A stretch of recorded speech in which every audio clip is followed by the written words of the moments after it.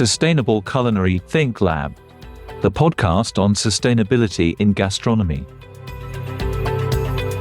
Welcome to the Sustainable Culinary ThinkLab podcast, a joint project of the Culinary Institute of America and the Barcelona Culinary Hub, in which we talk with different experts around the world about food, the restaurant industry, and one of the most critical issues of our time, sustainability.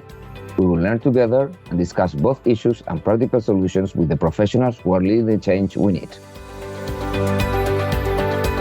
In today's podcast, we want to know how initiatives like the C40 Food System Network or Barcelona's 2030 Sustainable Food Strategy can have a direct impact on what and how we eat. The C40 Food System Network initiative supports citywide efforts to create and implement integrated food policies that reduce greenhouse emissions, increase resilience, and deliver positive public health benefits outcomes. In addition, Barcelona City Council, together with the Barcelona Metropolitan Strategic Plan, food system stakeholders, and civil society, has presented a roadmap for achieving a healthier, more sustainable food system for the city.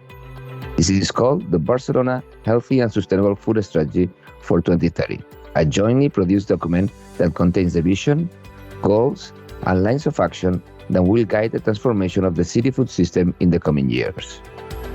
This is why me, Santi Macías Faust, co-director of the Torre Ibero Mediterranean Center, will be talking with Álvaro Porro, an economist, activist, and expert in sustainable consumption, social and solidarity economy, community and collaborative economies, food sovereignty, social market, green taxation, and participatory processes. And is the former Commissioner for Social Economy, Local Development and Food Policy in Barcelona City Council. Also joining us today will be Stefania Amato, who oversees the Food System Network as part of the C40's Climate Solution and Network team.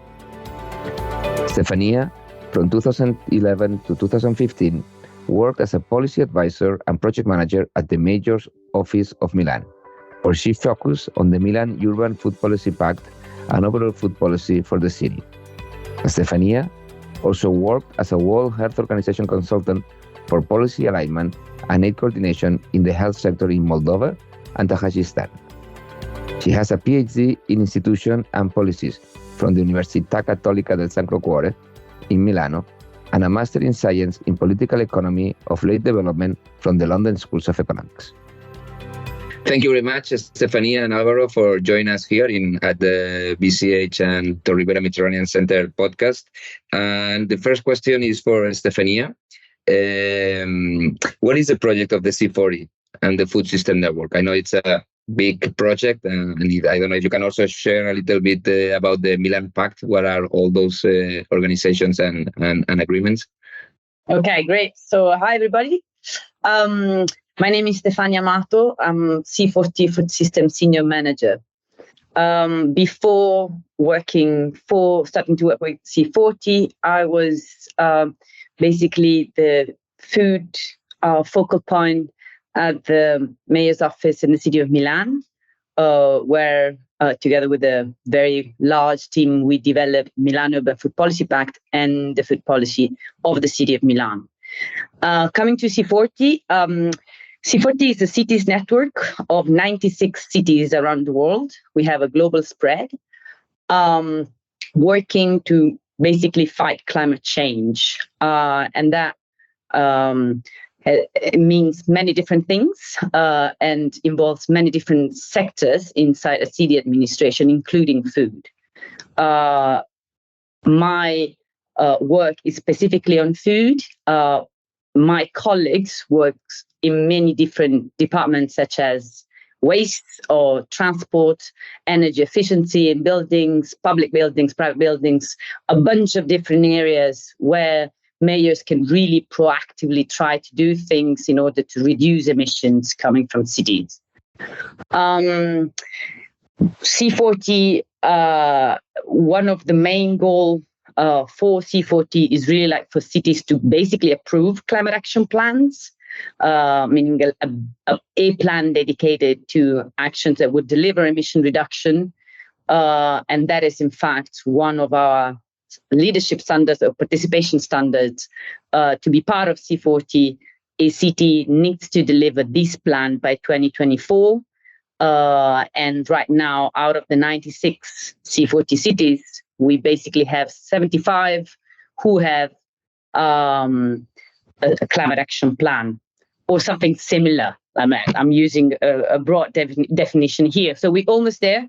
We got some troubles in some regions, but our cities are really like leading on climate change and climate actions. In general terms, of these 96 cities that are part of C40, 55 participate into basically a working group, my working group, which is around food systems. We created these, we call them network, the network inside a network. So let me call it, for the sake of this conversation, this working group. So this working group was created back in 2016, right after the launch of the Milan Urban Food Policy Pact, and actually out of that, building on the Milan Urban Food Policy Pact, which is now which is a mayoral commitment around food, which has been signed by over 230 cities right now. So out of that effort, C40 decided to create its own kind of working group on food, which at first was made up of only 16 cities, and now after so many years, 55 of the 96 that are part of C40 are working within this working group. What C40 does is basically support peer-to-peer technical assistance. So, for example, if Barcelona is planning to shift menus in school canteens, may reach out to C40 and ask if somebody else is planning that or is doing that around the world. And I can put Álvaro in this case, or somebody from Álvaro's team, in contact with the exact person in the city of New York or in the city of Kazan that has planned and delivered and is following the implementation of that specific action, so that they can talk to each other and support each other in the development of that specific program. So this is what C40 does more broadly. And when it comes to food, again, we came out of the Milan Urban Food Policy Pact, meaning we first and foremost support cities endorsing this food system approach, meaning looking at food with all these different perspectives, food and climate, and food and its repercussion on health, its repercussion on jobs and labor and livelihoods and all of that. And with that, specifically, because C40 is a climate organization, we really look into the food and climate kind of next. And I think I'll pause here. Yeah, thank you very much. This was very long. I understand that this is a long first answer because there's so much to explain, but I think it's good. But sometimes we do not get to understand what is C40 and the different, also the Milano Pact. But this is a question for Álvaro, but maybe also could be perfectly also well for Stefania. But from our point of view, if cities do not have the power to legislate on agriculture, livestock, not even, of course, in the rural world, why are cities like Barcelona implementing food policies, and what are the limits and the objective of those food policies? Hello, and thank you, Santi, and hello, Stefania. I'm really glad to participate in this conversation. I think it's a very good question. And historically, at least in the last decades, cities were not so much concerned about food policies. So something that started to change, I would say, internationally with the Milan Pact, and that's something we have to kind of endorse on them, on their merit. And I think now the situation is changing very much, especially for Barcelona, but a lot of other cities. I think there is a sentence which is always difficult to translate into English from Spanish, but it's like, in a lot of things, cities, we don't have the responsibility, we don't have the competences, but we have the responsibilities, in the sense that how food system works affects a lot our citizens. So we need to be part of that main conversation and main transformation or transition in order to ensure the well-being of our citizens in that sense. And also to take the responsibility, because we cities are the main consumers in the world of food. Almost 55% of population is already living in urban areas worldwide. But if you look at Europe or Spain, that could be 70%, 75%. So we are the main consumers of food. So if we don't take that responsibility on our shoulders, we could be making a kind of consumption that is really stopping or blocking the food system transformation that we need. But there is, I think, another reason, apart from the being of the main consumer center, that is that in cities is where food conversation, food storytelling, food cultural framework is being shaped, because is where media, big media, are, is where influencers for social networks, is where like a lot of times big restaurants, famous restaurants are, is where a lot of the research related to food, even just gastronomy, but also health. So a lot of the food storytelling of the moment, which shapes the social conversation, is happening within the cities. So we have to bring this topic into the city conversation, so that we could all influence that conversation that at the end of the day is going to affect everyone, because food system affects absolutely everything and absolutely everyone. And so, totally. But then, Stefania, what do you think? Because that also could take the idea that cities are imposing to the rural areas, no, what to grow or how to do things. How do, as we understand perfectly clear that the urban cities are important in this dialogue, but how can we guarantee that it's also the urban areas also participating in this dialogue, in this definition of the policies that need to be implemented? Well, I think that in general terms, we are trying to kind of go beyond that divide. So, and I guess food is perfect in this respect. So, everything that happens in cities does have an impact in rural areas, and we know.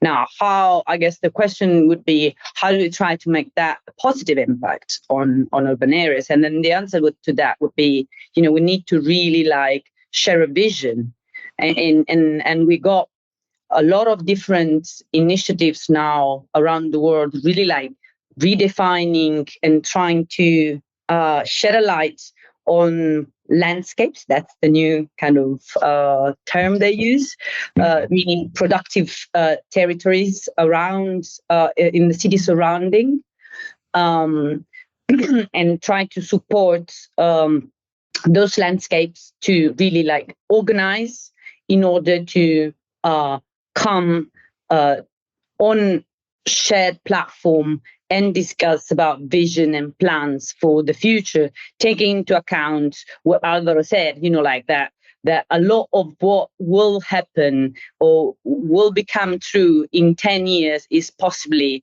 now being discussed in cities by some, groups, front-runners, activists, including cities and so on. So in a way, we really need to bridge the two, like the cities and the urban areas with the surrounding productive areas, really to try to make this change together and make this impact positive, because we know cities have got actually a lot of pulling factor, that's how we call them. So a lot of levers that can use to shape the supply. Now, and procurement and food procurement is one, but there are plenty of them, like the logistics, the transport, everything that a city can do to really drive that change is actually there. Sometimes it's really overseen by mayors who don't really conceive and see that as an opportunity for rural areas as well, or peri-urban areas as well. But those are there and needs to be played in the right way for, a positive impact on both sides, on both, the urban side and the peri-urban and productive side. Yeah, go ahead, Álvaro. Yeah, no, I really agree with Stefania. I think you also point one of the big topics, like this relation between the urban and the rural. I think in conceptual terms, we need some kind of reshape that relation. I think this relation has been abandoned for a long time. There was this kind of I would say pretentious way of looking to the rural from the urban world. That explains a lot of the politics of nowadays, I would say, but that will be a longer conversation. And I think we have to reshape that relation. We need to understand in the cities what are the problems, what are the challenges that are in the rural areas. And when I mean the rural areas, I mean the rural areas that are food producers, because a lot of the rural areas nowadays are not food producers anymore. They are touristics, or they are even just suppliers for other things, for the or second residence for the urban areas. But for food producers, we need to understand what are the challenges they have. What we cannot be asking from the urban areas is just asking for environmental thresholds, but not finding economic compensations for that. Yeah. I think that's policy. That's public policy. There's no magic on that. It's public policy. How are you going to compensate farmers when they implement environmental measures that we need them to implement? And that's agricultural European policy. That's other things. For example, in Barcelona, we are trying what is called the farm contract, will be the translation, which is some kind of extra income for farmers that are taking care of environmental aspects in their territories, apart from the selling of the food. But most of that, we need to create the conditions for the farmers to sell their products in better conditions. And that's what also we're trying to do in Barcelona and other cities. For example, we have an amazing network of city markets. How we can facilitate that the products of the farmers, local farmers, are in these markets, to be able to be bought by the citizens of Barcelona in good conditions. How local small groceries could be part of that change in a way that local farmers could sell through local groceries in better economic conditions for them to make let's say their business viable, in the daily life. So that's maybe I will put it in big words and I finish with that, but it's like we need a kind of new social economic contract between the society and let's say the ones who produce food, and that means a new relation between urban and rural. Yeah, and that's when the Barcelona Healthy Sustainable Food Strategy 2030 also enters into play. Álvaro, I know that the city of Barcelona leads in many ways, in many fields, and this is clearly one of them. But this strategy for 2030 is just more than a document. No, what are the objectives behind this Barcelona Healthy Sustainable Food Strategy? Yeah, I think the strategy basically is the symptom and the proof of something. No, is the symptom that we are trying to reshape this relation, this way of looking at food from the city, with all the trials and errors that a new path is you have, no? Is the symptom of that, and is the proof that we are really trying to do that, and we are trying to include in that process all the stakeholders that are part of that. From the city hall, we don't produce food, we don't sell food mostly, so we need to include all the different, famous quadruple helix, where you have food producers, food sellers, you have researchers, you have journalists, you have activists, you have health professionals, you have nutrition professionals, and have them included in this process. As you said, it's not a document. I mean, the document, the result document is useful. It's a kind of a frame for all of us to work with very concrete proposals and concrete projects. But more important than that is the working dynamic, the alliance that is behind of that all those different actors, they try to agree on how to work together to change the food system in a way that makes sense for all of them. Mm-hmm. Of course, there's going to be some interest conflict on that, and we're going to have to deal with that. And maybe not everybody is really interested in the food system change we need, but I'm sure we have a lot of different actors interested, and we need them. Otherwise, it's just going to be impossible. So I'm really proud. For example, we have, we have like the Butchers Association of the city, and we have also animal rights groups into the strategy. Or we have a consumers cooperative or small groceries association, and we have some supermarket chain. We need that diversity to work for those who really want to work. We don't want to be part of the greenwashing kind of dynamic, but we want actors that are really thinking honestly that we need to do some changes. It's not easy, but we have started, and the strategy is the frame for that. I think that's one of the incredible things, no? That you have very different stakeholders with different views, but they have agreed to work together in a common strategy to define a common strategy. And Stefania, do you know anything similar in other cities, the C40? I'm sure there are other examples of good strategies also. Yeah, I have to say the process that Barcelona ignited is quite peculiar. So the idea of really creating together a joint strategy, as Barcelona did, I could say it's pretty unique. In many cities, when you build a strategy, you usually start with an assessment, a study that says kind of when it comes to food, it tells a story about what's going on with food. And then based on that document, you involve different stakeholders to bring some feedbacks, insights, kind of really enrich the perspective of the document. And then out of that, you have the mayor and the boards of deputies or the city council that approves the document. And that's the one approval. While what we've seen in Barcelona is that everybody literally decided and formally joined that strategy, signaling, I'm going to be part of this, right? Which is unique to Barcelona.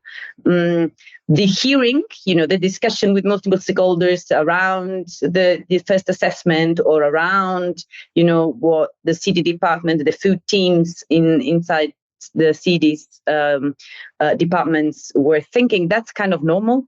But I think Barcelona went beyond it. And do you know other cities that are doing something not in the line of Barcelona? Barcelona is very much focused on food and health, but is there other cities that are also implementing strategies that we could learn from? Yeah. Well, there are a lot of food strategies out there. Correct. That's, I think, as Álvaro said, because of the Milan Urban Food Policy Pact, there was a rush to write and define a food plan in cities in the last, I would say 10 years. Well, yeah, a little bit less than 10 years. So now we have a bunch of them. Before the Milan Urban Food Policy Pact, there were some strategic documents. And in fact, when I was working with the city of Milan, with the mayor of Milan, we kind of started thinking about creating a food policy, and the Milan Urban Food Policy Pact, which basically calls cities to write a plan. We were looking at food plans developed mainly in Canadian cities as well as Brazilian cities. Those were kind of the front runners at the time. And that's because Brazil got this very long history of co-designing food actions with activists and farmers and people, and the Canadians copied from them, and then they came up with this plan, and then the plan kind of came to Europe via London, who copied from Toronto. So it was all a copy thing. And then when we started thinking about this with the mayor of Milan, at that time it was 2013, we were literally looking at the plans from London and Toronto, because it was easily accessible because of the language. But yeah, that's a long history. And Álvaro, you know, we were talking about the process also of the 2030 strategy. What do you think are the main objective or the main challenges that once this has been created, what are the main challenges that the group faces in order to implement those strategies? Because one thing is to design them, and another different thing is to implement them, or to keep these people working together. That now they may have these similar objectives, but maybe as the strategy grows, they start working separately. Yeah, I mean, we are right now in a kind of initial period. We were like for a bit more than 1 year. Also, the whole COVID situation affects our process. To elaborate in this collaborative, open process way. And now we are in the moment of like starting implementation. So we are in this moment that Stefania said that the people is signaling and committing themselves to be part of it. We have this, I would say, action-oriented focus, which means we ask organizations, businesses that are joining the strategy to be to have a concrete commitment in terms of action, and that brings a lot of challenges. For example, the last weeks I've been talking with some supermarket chains. The commitment action they were putting on the table it was related to education activities in schools, and this sounds very good, no? Let's say, oh, education, blah blah blah. But it's like one of our criteria is that supermarkets, I mean, not supermarkets, in general, whoever is joining the strategy, they have to make the commitments in their actions in what is the core of activity. Because otherwise you contribute to this idea of you do something that is nice on your peripheral activity, but not in the core activity, which is your main contribution to the food system. So we are asking to the supermarket that is proposing that, no, it's very great that proposal about schools, but we need you to make action in your main act, in your core action, which is selling food. How are you going to meet commitments with farmers? How are you going to make commitments with food producers? What you can contribute on that? And for them, it's a bit difficult to say, no, but we will have this social corporate responsibility project with the schools. Mm-hmm. And so I'm just explaining one very real challenge we are having, no? How we can like get all these different actors into action, but in a way that is significant action, that is not just an action which is not touching the core of this food system. That would say for me right now is one of the biggest challenges. The second challenge is keep the energy high, and that's, of course, that's related with how is the political energy within the municipality, within the government with this topic? And that we don't know now. We are in a transition period. And how we're going to manage to keep the attention on this topic, to motivate actors to get involved, to orientate into action with, as I said, significant action. That's for me the biggest challenge for this strategy and for whatever, especially when we are touching a topic, as I said at the beginning, that we don't have the regulation competences. And we cannot just make a regulation on food market and say, this has to be this or that way. So we have to be all the time facilitators, we have to be pushers, we have to be, to play a role that is always very much based on the energy you are able to mobilize in a voluntary way somehow. And I'm going to add another spin to this wheel because, okay, we have the strategy, but, and this is a question for both of you, and you can start, Stefania, if you want, is how can we guarantee the access of everyone to a healthy food? No, because if at the end we can only have access the one that can afford it, there will be a very limited impact, and obviously will not be a fair impact. So how can we work together that we make sure that everybody has access to a healthy diet and sustainable? Yeah. So I think, as I mentioned, this is one of the, we call them the impact areas, main impact areas when it comes to food. You have the planet, you have the health people, and then you also have livelihoods, right? And food security, all this jargon. My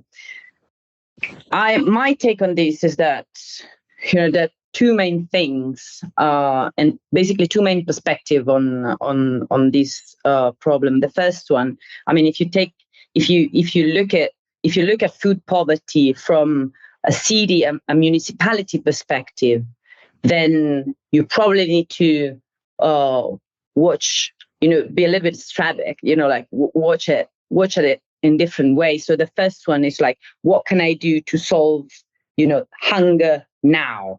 So what can a city do in terms of food assistance, and there are a bunch of different actions that cities can take and are taking actually to solve the immediate problem of hunger. And these food assistance program are basically, they do exist in, well, at least when it comes to this, to C40, to the majority of the cities.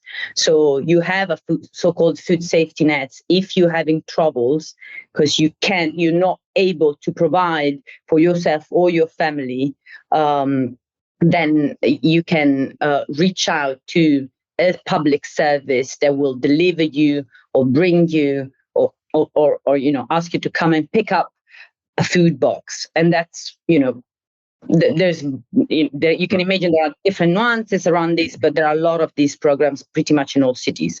But the other and most important thing from my perspective is that food in general terms, and food represents the 12% of the global GDP.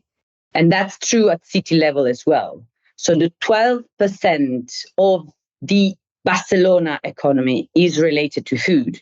Now, the peculiarity of the food sector is that you basically can find entry-level jobs, meaning nobody's going to ask you, can you show me your diploma? You really have that easy access to work on the food sector. And of course, those are really kind of entry-level jobs, simple jobs, right?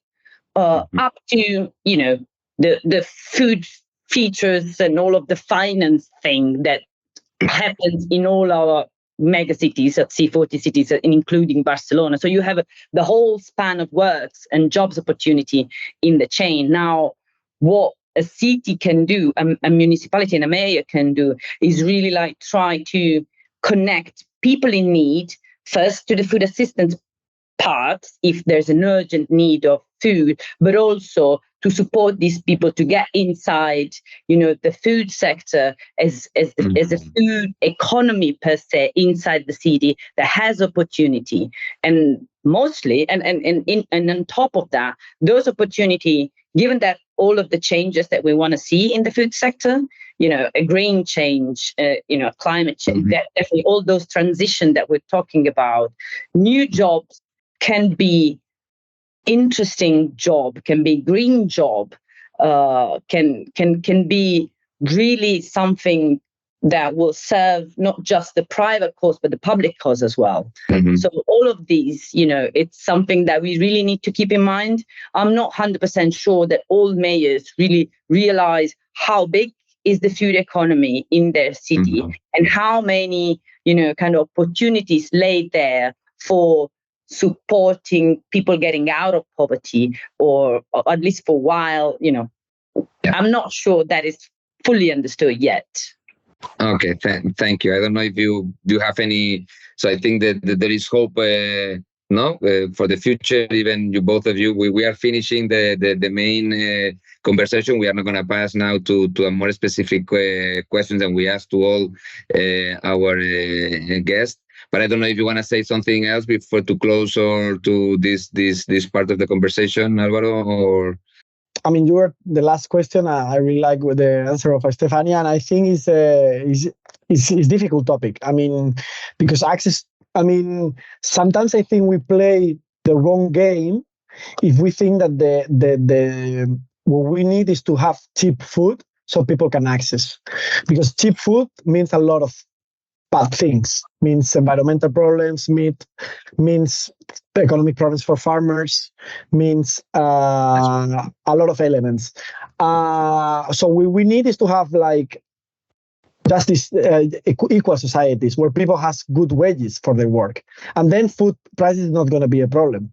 But if people have very low wages, then food is going to be a problem, but not just food, everything.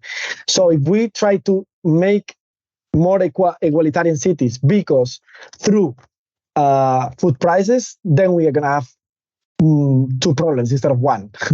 So we need income policies, we need labor policies, so people have fair wages, and then food is not going to be an issue.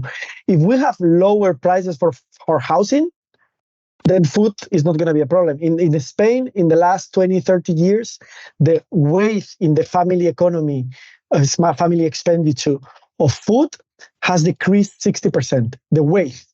Yeah. But the price, the weight of the expenditure on housing it has increased 200%. Yeah, so then we have the problem. Maybe the problem we have with poverty is a lot more related with housing than with food, at least with food prices.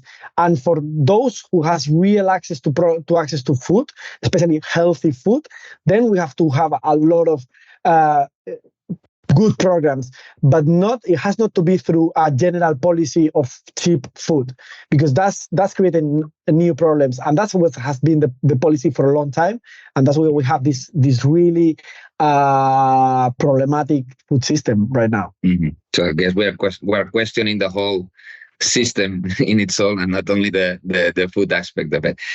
Okay, thank you very much. I think it has been extremely interesting. And as I said, we are gonna just we are almost at the end of the podcast, but we want to ask you some few questions, and we ask all our guests.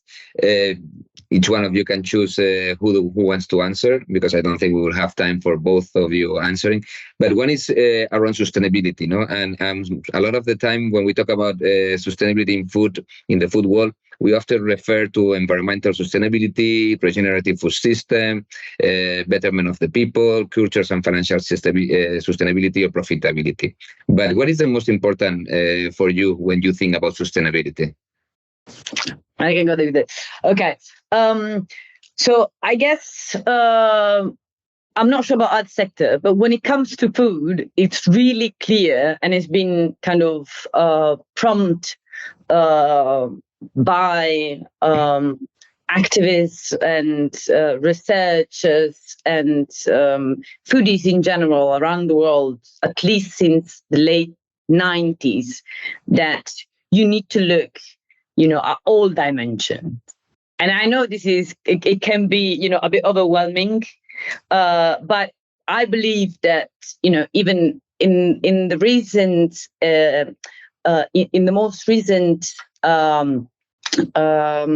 declarations and actions come out of United Nations, Gutierrez, the Secretary General, and all of that is finally being recognized as, the way to go. So looking at food, it doesn't mean only talking, it means talking at least 3 different things at the time. So it means planet, it means people, it means prosperity. So the 3 things cannot, they can go along. Because if you push too much on one side and forget about the other, that will come back immediately. So this is called, the food system approach, like looking at these 3 different impact areas and try with single actions to touch on all. Mm-hmm. And which is very easy. Well, not super easy. Sorry, it's easy to say. It's easy to say, but it's difficult. But I would say that at the city level, we have an advantage because of the public departments and the public infrastructure being smaller than the ones at the national level. This kind of internal alignment and coordination is possible. So we're seeing a lot of actions at the city levels that hits on the multiple impact areas at the same time. Mm-hmm. Barcelona as well has done a lot of them, like working on reducing food waste, in the meantime supporting, people in need that and tackling like the food poverty by creating this kind of virtuous circle of the surplus food. Or maybe there are a bunch of them, mm-hmm. but that is possible because we got public structure which are actually tiny, or at least smaller than the ones on a national level. Mm-hmm. Thank you, Stefania. And then this next one is for you, Álvaro. Then one of the objectives of this podcast is to share challenges or best practices or learnings that each one of you have in your daily work. So what is the practice or innovation in sustainability that for you is more significant, Álvaro? Okay, first thing in innovation is normally related to technology. So the first thing I will say is let's open the concept of innovation far more than just technology. Innovation has to be with organizations, with economic, with logistics, with even cultural aspects, etc. So for me, the main challenges, and that links us with the other question, is finding models of production that are less damaging. So all the innovation that has to be with that, with models of production that are less environmentally damaging, are important. And that sometimes means technology, but a lot of times it doesn't mean technology. Sometimes it means recuperate or recycle old technologies into the new times, and that means a lot of recuperating maybe old varieties that has disappeared, or recuperating old traditions in the way we work with land. But for sure, this can be combined with scientific new knowledge that can make it even more efficient. So we could have techniques that are not so new, but that are applied in a new way with a lot more scientific knowledge that could make less damaging production models a lot more productive than they used to be in the past. So it's a combination of old and new, but in a very virtuous way. Sometimes someone's been selling us, like, I don't know, genetic modified organisms is going to be the innovation that is going to ensure food for everyone. And that's the kind of innovations that I think they create a lot of new problems in the way, which at the end is not a solution. It's just a change of a new dependency. And this, I would say that with models of production, I would say the same with farmers' economic sustainability, because it's part of sustainability. If local, small, and medium-sized farmers are not economically sustainable, they are going to be a big hole in environmental sustainability, because we need localized food system production. And if they don't exist, then we don't have this local food system production. So all kinds of innovation that has to be with economic and business organization, like how we can organize economic commercial distribution chains in a way that farmers are not the weakest point of this chain and they could make profit of their products. That's a huge innovation to be made. And we have a lot of examples on that. It's not about technology, but that's going to make a lot more change that drones that are going to be, I don't know, making pictures of the lands, like we say sometimes in this amazing website of this technology consumption of agriculture 4.0, which at the end of the day is solutions to create new problems a lot of the times. And the last thing, and this is the diet rebalance, which I think is one of the other big challenges of sustainability, how we can, especially in the West world, in the global North, how we can change or reshape diets. We have an excess of some aspect, but one of clearly is animal protein. That's one of the 3 key points, but we need to face that. Otherwise, we are like just avoiding one of the big topics. And in that part, we need cultural innovation, how we can rethink our way of eating without so much animal protein. And that's not, again, about technology. It's about cultural innovation and about daily life food practicing, the way we practically organize. And I have to recognize that in that part, we need also some technology innovation, which is already happening, with how we can create alternatives of animal protein that could be sustainable, could be environmentally sustainable, but at the same time are culturally and gastronomically enough friendly, enough attractive, so that the people can really make this substitution, because otherwise it's not going to happen. So we need this combination in this case of cultural and technological and business innovation. Thank you. You already answered the other question, which was challenges in terms of sustainability. So we are out of time, but I want to ask you these 2 questions, but please, I will be happy if you can answer in just one sentence, because I want to know which one are your reference in terms of sustainability. Can be a people, a business, an institution. When you talk about sustainability, who do you think about? Boom. Oh, that's that's a nice one. I'm completely biased. So I always, if I talk sustainability, I think about food sustainability immediately. So I guess, Lancet Commission. It's those are the guys I'm looking at. Walter Willett, Jan Rockström. Those are the guys for me. Álvaro, who do you look to? It's a difficult question. I will sum up to the Stefania's proposals. And maybe I would say, in terms of organizations I followed a lot the discourse of Via Campesina, which is the main peasants organization all over the world, which are the ideas that the local small farmers will produce the food for most of the people in the world. And I always think it's good to follow them a bit because they are not in the big media, but they are the ones in the daily producing the food. Via Campesina. Thank you. And final question to both of you is, this podcast is also heard by a lot of younger generation that are studying right now. And what would you especially recommend? What is your advice for a young people that wants to make a difference in the food system in terms of sustainability, planetary health, and the health of our communities? One quick advice. Change diet. Change diet. We need to cut on animal proteins in general. I believe, if I correctly recall the numbers for Barcelona, but in general for Spain, I think everyone should cut by half the amount of meat and animal protein they eat. Álvaro? Yeah, animal protein is one of these. So that means more vegetables. And then seasonal, local, and organic. That would be like a nice tendency to follow.